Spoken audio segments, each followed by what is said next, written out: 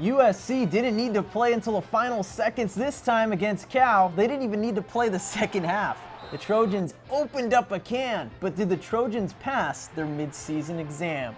Welcome to Trojan Talk. I'm Jonathan Khamis, being joined, as always, by my partner Michael Lev, and welcome to the mid-season report exam edition. But before we get to that, Michael, let's talk about the Cal game. And I thought a key to victory was holding Cal to their side of the field. The defense really stepped up early and often. Yeah, it was really a good all-around game by USC at long last. The sort of thing we've been waiting for all year long. Right. The offense was terrific. The defense played its best game by far. They were aggressive.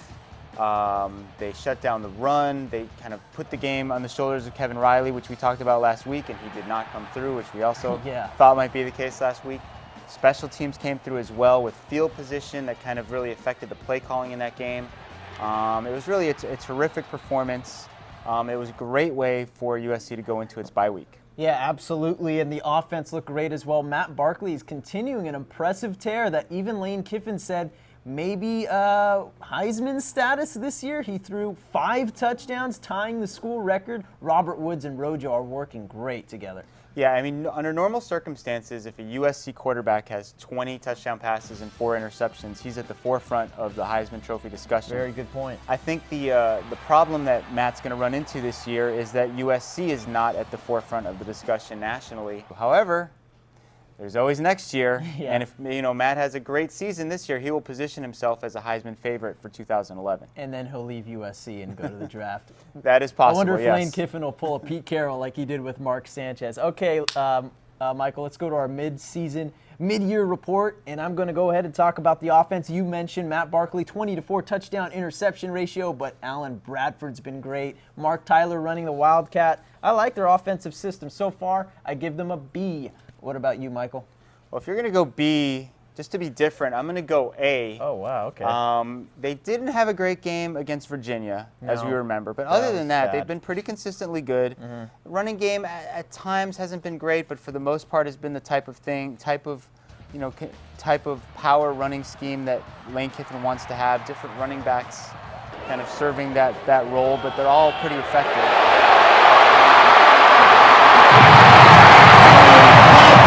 He's been terrific.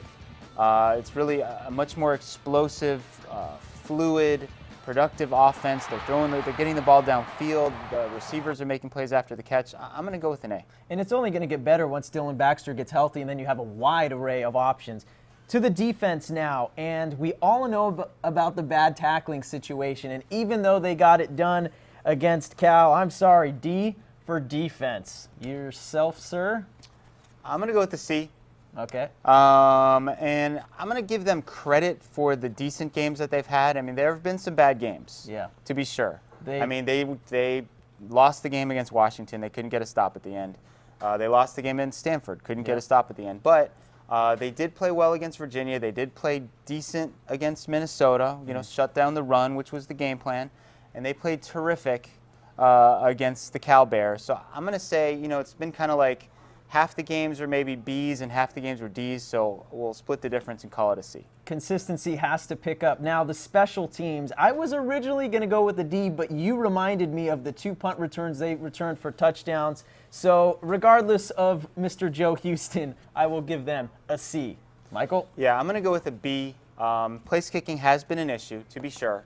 You don't want your kicker to be 500, which is what Joe is, and that was after making a couple chip shots. Yeah. He really hasn't proven himself outside of 40 yards. But the reason I go with the B, and it's a strong B, is Robert Woods has a kickoff return for a touchdown. Ronald Johnson has a punt return for a touchdown. Those are game-changing plays, momentum-turning plays. Those are the types of things that really can swing a ball game, and USC has shown the ability to do that. And you need plays like that against the ultra-competitive Pac-10. Those are make-or-break plays. Okay, finally, let's go to the coaching. The Kiffin boys. Lane Kiffin, I think, is doing fine with the offense, but the defense, once again, has struggled with Monty Kiffin. Hopefully they turn things around with the Cal game, but I will give them a C so far.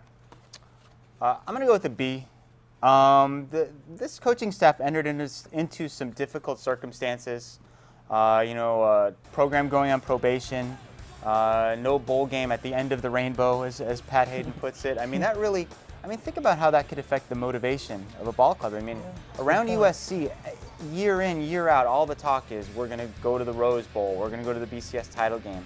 You don't have that out there. You also have a depleted roster. Yep. So I think the fact that they're 5-2 at this point is a pretty good job and worthy of a B. I think you've changed my mind. I give them a B now.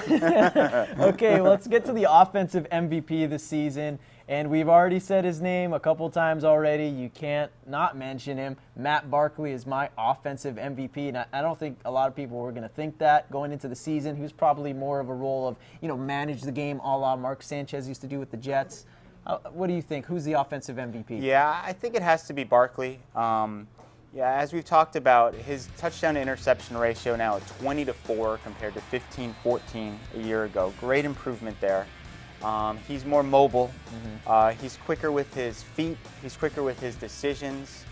His accuracy seems to improve. What I like to see is a little bit more consistency on the deep ball. There were some deep throws, even in that Cal game, where it didn't seem like he and his receivers were necessarily on the same page. And every once in a while, he has a tendency to put a little bit too much loft on a deep ball. There was one that Robert Woods had to come back to catch, and he really got popped as a result. So, as Kiffin likes to say and Barkley likes to say, there's always areas to improve on. But so far, Matt Barkley is your offensive MVP. Yeah, I agree with you. A couple of those throws actually, too, against Washington. If those were on the money, that might have been a different story as well. Let's go to the defense. My defensive MVP is nobody. I do not have a defensive MVP. These guys were ranked 100th out of all the bowl teams before the Cal game, and I need someone to step it up in the second half. If you need to single out anybody, who would it be, Michael? I'm gonna go with Jarrell Casey. Okay. The defensive tackle. People might view the defensive line as somewhat disappointing so far this season, but it seems like they're coming around. Casey's been the one consistent guy. He, at the point of attack, he's always in the backfield. He's always making plays. He's always around the ball. I think he makes everyone around him better. And I think once the defensive ends get healthy in the second half, you're really going to see that defensive line as a whole play better football, and Jarrell Casey's the key guy in that. Okay, finally, our last award will go to the most improved player this year for the Trojans.